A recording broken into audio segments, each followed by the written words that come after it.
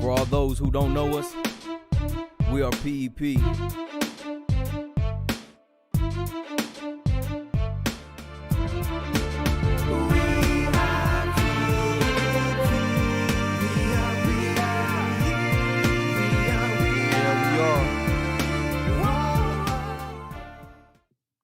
Good evening, fellas. Welcome to the 17th episode of Fresh Start Live with Fee and Pat, where the motto is, stay ready to keep from getting ready. I'm Pat. And I'm Fee. All right, fellas, today we got a topic that should most definitely be interesting to everybody. Today we're talking about the Entrepreneurship Tool Box. When we're talking about toolbox, what were you thinking? Tools. What you put in your toolbox, or do you have one? I have a toolbox. I got 2 hammers. I have several wrenches, a pair of pliers, vice grips. Everybody in the hood know you got to have vice grips. Different screws, stuff probably I'll never use. So I got a little red toolbox, but then sometime when I take that toolbox to wherever I need to work with, can't find a tool in there. That ever happened to you? Yeah, that's why I'm glad we got Max.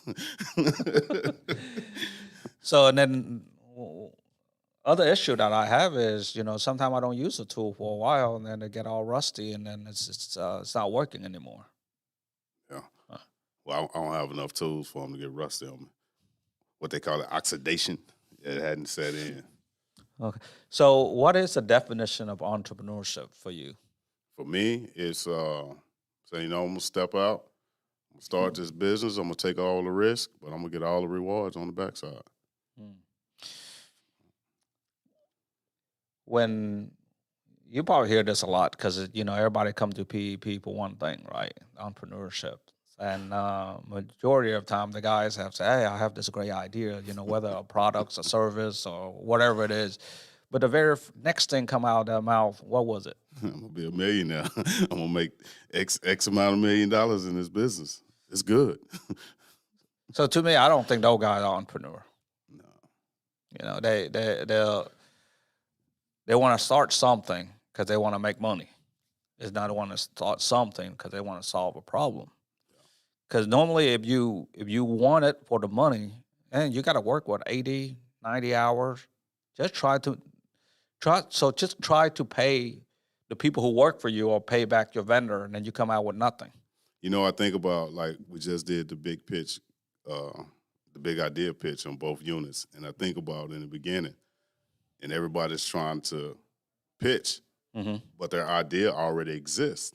Yeah. So, and I'm thinking, I don't remember the author of the book, but he's like, before you start any company, find out what your customer needs. Instead of taking the field of dream approach, build it and they'll come. Find out what your customer needs and build your business around that. I was like, that's an entrepreneur. So the big idea canvas that we're using now is actually help the guy think through all of that. Right. In the industry or business, you figure out who's there already and what the problem you're trying to solve. So. Any other thing that you want to say about entrepreneurship? Yes, it's not for the faint of heart. I've started a couple of ventures, and the first one, it was more out of opportunity. Opportunity presented itself, so it was like, you know what? Let me go get this DBA, and I can do this. It's not something I got to be committed to, but it grew into something I wasn't expecting. And it's kind of like, nah, I can't do this. The second time, and it's still something that I got sitting on the burner. But I think with the pandemic hitting when it hit, I wasn't able to do what I wanted to do with it. But, it's something that it's a passion, so it's just something that hopefully I just keep building on. Okay, so we talk about toolbox, which is all the tool that you put in there. We're talking about like hammer and stuff like that, and we define entrepreneurship. So truly entrepreneurship is not somebody trying to make a lot of money, somebody trying to solve a problem. All right. Because when you solve a problem, you wouldn't want to quit until you solve that problem. Right. And then if you're trying to solve a problem and then the present to you is you're not doing it right, and then you modify it and keep trying until you get it. So you got toolbox and you got the other one, they're trying to figure out how to solve a problem. So putting them together is Entrepreneurship Tool Box, right? Right. Why this topics is related to our target audience? I think for the most part, that was the common concept that brought everybody here was entrepreneurship. Mm-hmm. Because at that time, everybody liked entrepreneurship and probably had that same, man, I can go make my own money. And then got here and realized, this is more important than that. But I think that's the common theme that has drawn everybody is entrepreneurship. Yeah. So everybody want to be successful, and they probably realize that, hey, thinking about putting money before, I'm trying to do all of that is not working out. So they gravitate toward PEP, whether they learn the things or not, or just hang around with a good network, and so those things become growing on them, and then I guess it's subconsciously they were trying to do whatever it is that was taught to them during PEP. Right. Even to the point of becoming an entrepreneur. Yeah. Well, entrepreneurs are those guys who are entrepreneur, but don't want to risk with their own money. Probably risk with their boss's money. Yep. So you asked me a question earlier about the legal aspect of it. No. I say, well, so someone out and start business and fail, and don't want to do it again, and go back to their old way of doing the business. Whether sell drugs or gambling or whatever it is, right? Or sell stolen stuff, and they do it well because now they're understanding balance sheet and all of these, and they do it illegally, and then they consider they're doing well in what they're doing. But how come not too many of them succeed legally? Because they didn't want to put in the effort. I mean, they was willing to take on more risk for a quicker reward than to go through the process. They wanted an event instead of the process. So that goes back to that. I want $1 million. I want $2 million. And over here, I got all of these obstacles and hoops I got to jump through, and it's look like I'm not going to get it. But I can see it over there, like you say, whether it's selling drugs, gambling, whatever. They're taking on more risk. I mean, even the risk of freedom in some cases, because they stuck on the instant gratification. So to give you another example, plenty of people do this, is when they start a business, they mix their personal finance with that business, right? So if I'm a business, I go see customer, all of my dry clean, I want to write it off, or I want to use a company credit card and pay for it. Right. And then it just start with that, and then it grow into, hey, I'm taking a client out for dinner, and then I want to use a company credit card, and then say, well, having my family there, I want to pay it with a company credit card. Next thing you know is your business is full of personal expense. Right. But so in a way, you kind of commingle in this, and then you couldn't grow your business because when you want an investor or borrow money, and they say, hey, let me see the book, and you're too embarrassed to show them the book. And you just caught in that web, and you just stay where you at. You couldn't grow any bigger. That was a outcome of not using all of your tools in the beginning, getting your infrastructure together. How much you're going to pay yourself, not the business money, but how much you're going to pay yourself, having all that in place. Yeah. So you started out don't know what tool to use, right? For an example, if there was a nail on a wall and you want to get rid of that nail, the only tool that you have lying around is this, let's just say a monkey wrench. You grab that tool up and you bang it on that nail, right? And trying to drive that nail through the wall, but then you couldn't. It bent, right? If you didn't put another hole in the wall. Yeah, or put another holes in the wall. So you trying to solve a problem with the wrong tool, and then it end up give you a new problem. Yeah. So then later on, when you see that nail again, it's on the wall, what you gonna do? You don't do anything. You're not gonna use that tool again. You're gonna use another tool. You're not gonna use a monkey wrench. You're gonna try to find the right tool. Right? And I think that's part of over the last few weeks we've been talking about networking and all of that, right? Mm-hmm. And that's kind of like when I don't know what tools to use, find somebody that do. Yeah. and connect myself with them and learn from them. So what are some of the example of the entrepreneurship tool that they put in the toolbox? You say networking is one of the tool. Networking is one, but at its core, we think about the initial tools, kind of like your DBA, EIN, bank account. I think those 3 tools are the basic tools that all entrepreneurs got to make sure they get. Yeah. So anybody who's starting out a business and didn't learn anything about business, they wouldn't know, do I need to get an assumed name, right? The DBA, right? Should I get the assumed name, or should I just go out there and print business card and pass it out to people and say, hey, I don't know, I'm VABC, I'm cleaning mobile detail, right? And then, of course, people pay cash, it's fine. Right. But then when they say, you know what, hey, I need you to clean 20 of my company car. Right. And then guess what they're going to pay me with? A check. And they're going to write the check to fee ABC. And then I couldn't deposit that to the bank because I don't have a... You just got a piece of paper. Now you got to go back and do what you should have did in the beginning. Should have done it in the beginning. Yeah. Right. Or the worst thing is, I don't have fee ABC, and then the company can't pay me, and then I don't get the contract. Yeah. Take care of you. Make sure you got your toolbox stacked before you just go to working on a project. Yeah. So at this time, it's our weekly reconnaissance mission. Y'all know he mean blind date time. All right. So contestant number 1 is Jose C. He's been out 3 years. Currently live in Dallas, and he's from Corpus. And you know what interesting thing about him that I found out? What's that? He's been to prison 5 times. He doesn't look that old, but I said, how can you went to prison 5 times and still look that young? That's why. Prison preserve you. But what is it different that this time he's been out for 3 years? He didn't go back to Corpus, for one, but his network. I mean, again, he put his toolbox into play. All right, contestant number 2. Contestant number 2 is Charles W. Charles has been out 1 month.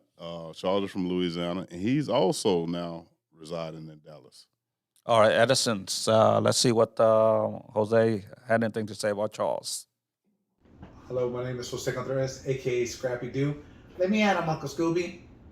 Proud founder and inventor of Better World Products, offering better solutions for a better world. Extreme.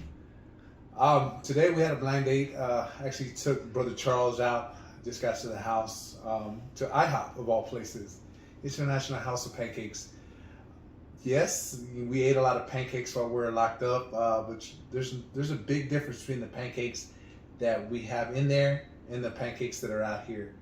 Brother Charles was very keen on getting them pancakes. He stressed some concerns to me, just about, just working and getting his goals done and just being a positive role model out here in the community and around brothers, because this is all new to him as well.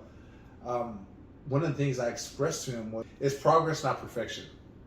And that's one of the biggest things that we try to keep up with the guys. It's, they look around and they may see everybody around them moving at a different pace or far along. I said, man, God has you where he needs you to be right now. And one of the biggest things we actually communicated with each other was that, yes, God has us at our own pace. And Brother Charles was just, he's working hard. He just wants to meet more brothers. He wants to be involved more with the people.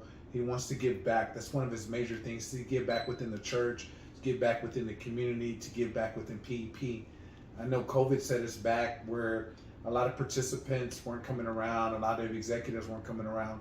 And that was one of his concerns as well, was just the involvement, and I assured him that with everything kind of going back to normal, that there's going to be more brothers and sisters coming around and showing that love that that bonds us together out here. But in all, it was a great date. We went out, we had fun, we laughed, we talked about just life goals, we talked about family, struggles that we're gonna have out here, brothers that we're gonna see that are gonna choose a different path when they're given the opportunity, and not to get discouraged by that. you know, but also to be the blessing to brothers and plant the seed around us so we can help those, you know, achieve their goals. It's not a hand out, but a hand up is what we try to live by. So, you know, it went great. And I see big things for the brother in the future. All right, all right. After listening to Joy, I want to change my name to Brother Love. Fellas, don't y'all miss out on this opportunity, man. You guys can also take part in any blind dates and go out and have a meal, kind of hook up with these guys, connect with these guys, and just kind of, you know, help them build a resource toolbox, because you can be a good resource and inspiration.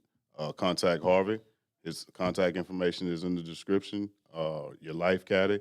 Contact me. Everybody except for Austin and San Antonio, y'all don't contact me. But have you gone on a blind date yet? No, I didn't sign up for it. Fellas, don't miss out on your opportunity, man. You know, we got the real cool Reconn Unit t-shirts also. All right. So No, I mean, go ahead and introduce our guest for today. well, since we are talking about Entrepreneurship Tool Box, you know, our guest today, serial entrepreneur, PEP brother, you know, everybody know him. If you follow him on Facebook, you either know it or you enjoy it. So without further ado, let's bring Izzy on. Israel Latoria join us today.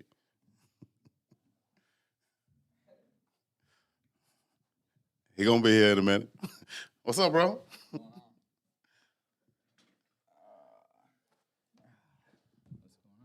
What's up? Thank you for joining us. Thank you for joining us. Thanks for having me. Last minute. Fancy shirt. Yeah, real when am I fancy. getting I one of wasn't gonna that? say nothing, but yeah, that's real fancy shirt. Yeah, it's all right. These are new shirts. I'm making all the workers wear them now.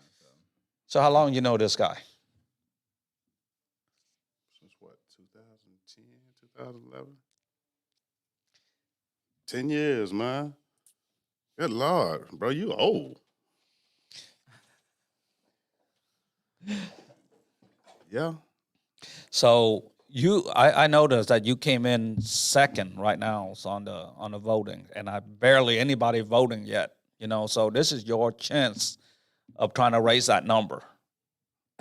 With that many business that you doing and many PEP brother you talk to, I think by sending them a message, you can pull in at least 50 or 60 votes. Ratchet. Possibly. I could possibly, but you know, at the end of the day, I don't really like the limelight. That's not the limelight. But, That is something that you can encourage the next guy that out there doing it. Weren't you 2019 entrepreneur? Yeah, I was. Like, you didn't bring your trophy. You supposed to carry like a Super Bowl ring, bro. See? Yeah, I did get 2019 entrepreneurship. But it wasn't for Bellamy, was it? Yeah, So, what's that? Bellamy. Oh, Okay. man, J-Mo say you was his peer educator. Yeah, I What? was. Yeah, I was his peer educator. But so I don't know what to get. Some of the newer guys don't know me. Okay, well, tell them who I are mean, you? I'm Why Israel should Toria. they I vote be? for you? You know, I don't like tooting my own horn or nothing, but I guess I could tell everybody what I'm doing now in business and where we at. What do you do? What we do is we remodel homes and we build homes. In February, I could say that we had our hands in about 30, 35 houses that we built. Right now, I started in a truck. My team tells me all the time that they're like, you need to look back and say that you made it somewhere. I started in my truck after Harvey, just me and my truck. Right now, I got a 2,700 square foot office. We're looking at moving into a 60,000 square foot office, and probably starting a school, training for a lot of the stuff that we do. And right now, what we're doing is working with a lot of our vendors, getting supplies so we can make money off the supplies. So right now in our company, we're renovating. We're also doing new builds. We're doing custom builds. I'm waiting on one of our clients to actually get approved for funding so we could do her dream house in Third Ward. And shoot, today I just had a meeting with my staff and went over the whole hierarchy chart and told them, like, I'm not doing all this extra work. Don't come to me about this no more. This is who you need to talk to if you got this problem. And that alone in itself is a blessing, to be honest with you, for me to step back and not have to run everything. That's been a blessing. But we got a lot of stuff going on this last year. Even though COVID happened, we had a little community event last minute. Did a crawfish boil. I drove all the way to Louisiana to get the crawfish. Yeah, thanks for the invite. It was last minute. It was just like my staff was like, "Let's go to Louisiana. Let's do this crawfish boil." So I did that. I got a party around the business. We had a few. We had a margarita machine out there. A few bounce houses for the kids. Yeah, Stuff like that. And so we had little games, and that was pretty good. For the guys that don't know me and the guys that do, I do have a lot of brothers that reach out to me. I mentor them. They mentor me. If they need anything, you could ask a lot of them. A lot of people. On the way up here, I just got a text from Justin Libby. I haven't heard from him in forever. He's still in the East Coast? I think he is. He said he said he wants to start a business soon, so just hit me up. Yeah. I have a serious question to ask you. So, how many times have you started a business? How many times have I started a business? Probably about 5, 6 times. 5 times. All right. So, where do you get the inspiration to start a business? The inspiration to start a business. Me personally, I see opportunity, and then I'm like, yeah, I can make some money off of that. So then I don't like to mix endeavors. So then it's just like I have to start a business. I'm not gonna say, and then to me it's like if I'm doing something, I got to do it right. So I'm not gonna do it and not form the proper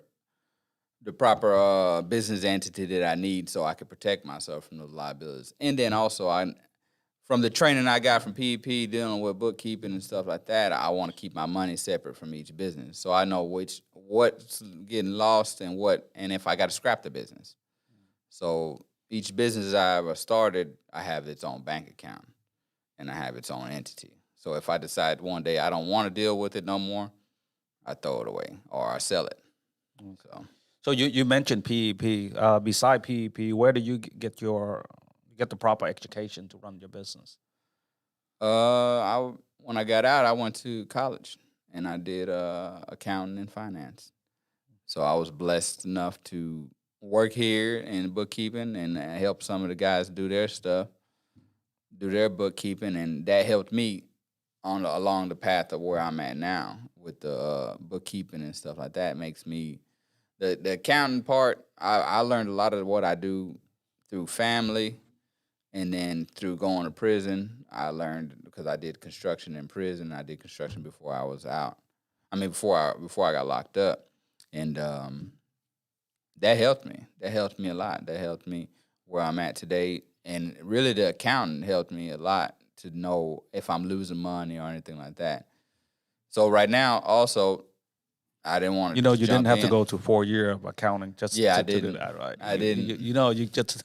I didn't, but I just felt like I just needed it. That part. Looking back, I didn't. But the people that I've met across the way, going to school and everything, I didn't have to, but it helped me a lot. It helped me a lot today. Yeah. What's been your driving force? I mean, I know there was times where you're like, you know what, this ain't working out, but you stayed in it anyway. What's kept you in it during the hard times? Shoot, sometimes it's still like that. What kept me in it, to be honest with you, Pat, what kept me in it is like I'm already in it. I can't step back. If I look back, then what I'm gonna go do? Go work for somebody else? I still got to stay in. Start another business. I can start another business, and I know that this is realistically the business makeup it doesn't matter if it's construction. It doesn't matter if it's anything else. The construction, I could be doing jobs that are running from anywhere from 8,000 to 100,000 to 300,000. So that allows me to have that money and the capital to do that, to manage that job. And with construction, you're managing a whole project. You know, you're taking something out of somebody's head and creating into reality. And my first 5 years, that's what I was doing. And what we're doing now is implementing new software, everything. So even with the bids, we got higher end bids, more detailed bids, and what we're moving to also is actually having some type of diagram to take that picture out of the client's head and show it to them before. Yeah, one of our participant business told me he got some software from you that showed him that, man, I've been Charles. underbidding. Yeah. Yeah. Like, man, I just X times up there. So that's pretty cool. Actually, he said it right here. Yeah, that was it, wasn't it? Yeah. Oh. So we're on live right now. So of course, there's a few brother, a regular that's going on here. But we're also taking these videos inside a unit. So you have any word, encouragement, anything to say to the guys inside right now? Shoot, I know they're probably a little bit stronger than a lot of us out here, especially Well, what they're talk to going them. on with. Talk to them. I would say, just like everybody else said, whenever they came in, whenever I was in class, you know, you can't expect everything to come in your lap. And then, like Pat said, what kept me going, you know? You got to remember those hard times every time those times when you feel like you want to fold and quit, you know? And then realistically, a lot of things that kept me going, I would say, is the brotherhood. I say that a lot of people reach out to me, and those conversations that I have with them, Charles Hearn, Charles Hahn, I have with a lot of different brothers that call me out of the blue, you know? Terrence Williams, you know, I talk to Terrence all the time. Leatrice, I talk to Leatrice almost every week, if not every day, you know. And those guys come and work with me. They come and support me, even in my lowest times. And that's what keeps me going, you know. I would say that. Stay with the people that you build with and keep your dream no matter what. I mean, if you're going to do what you got what you want to get done. If you're going to start a business, if you're going to go to work, if you're going to have family, if you're going to be the best man you can be when you get out, you know.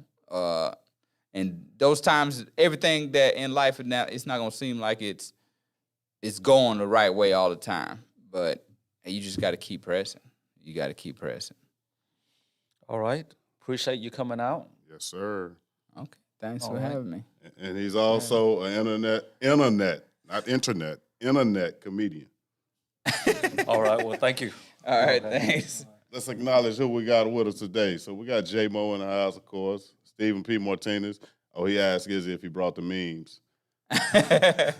BG, Brandon Green in the house. Golden Rule Relocations. We see you. XCOM Fitness, of course, as usual. Oh, we got a roach in the house talking about I want one of those T-shirts. Donald Jones.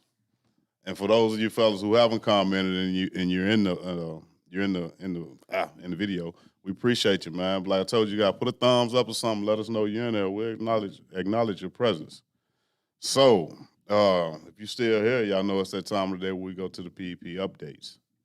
So inside, in the spirit of our restart and revamping and taking it to the next level, we've requested for 150 guys for Cleveland.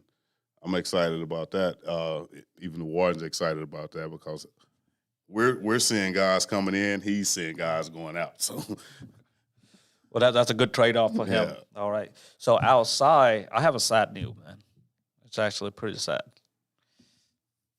We have been at this location over 15 years. We're about to leave it. In the next 3 months, we're going to move to a new location. All right. We're going to be on the east end of downtown. So we're only moving into a temporary space. And then 6 months, then we move to our actual space. Same location, but it's just a different area. Yeah. So if you guys listen to this or hearing this, like a few weeks later, we're no longer at 4140 Director Road. man, I think I'm still going to have to drive by here and look at the building sometime because this is the only Houston office I've known, you know? Kind of like I do when I go and I drive by my aunt's old house she don't live there no more, and it's like, okay. A lot of memories. All right, fellas. So it's that time of the day. Okay, Cooking with Hammer. We see you showed up. This is our Starbucks quiz. This one should be relatively easy. You only give them 5 seconds to respond to this one. 5 seconds to respond. That's with the delay. What does the E in E-School stand for? The little E. What does the little E in E-School stand for? Brandon Green, you can't answer that. Some of you guys spell it with a capital E, but the correct way is the little E and the capital S. A little italicized E. All right. What does the E in E-School stand for? In 5, 4, 3, 2, 1. What is the little E stand for, Pat? Entrepreneurship, right? I mean, we've been talking about entrepreneurship all day. That was a dead giveaway. All right, it's been fun. Yes, sir. Fellas, remember, we're on a mission to celebrate 1 million stories. And with Izzy joining us today, we're one closer to that goal. Also, keep this in mind. Freedom demands responsibility, but responsibility demands accountability. So until we meet again, peace.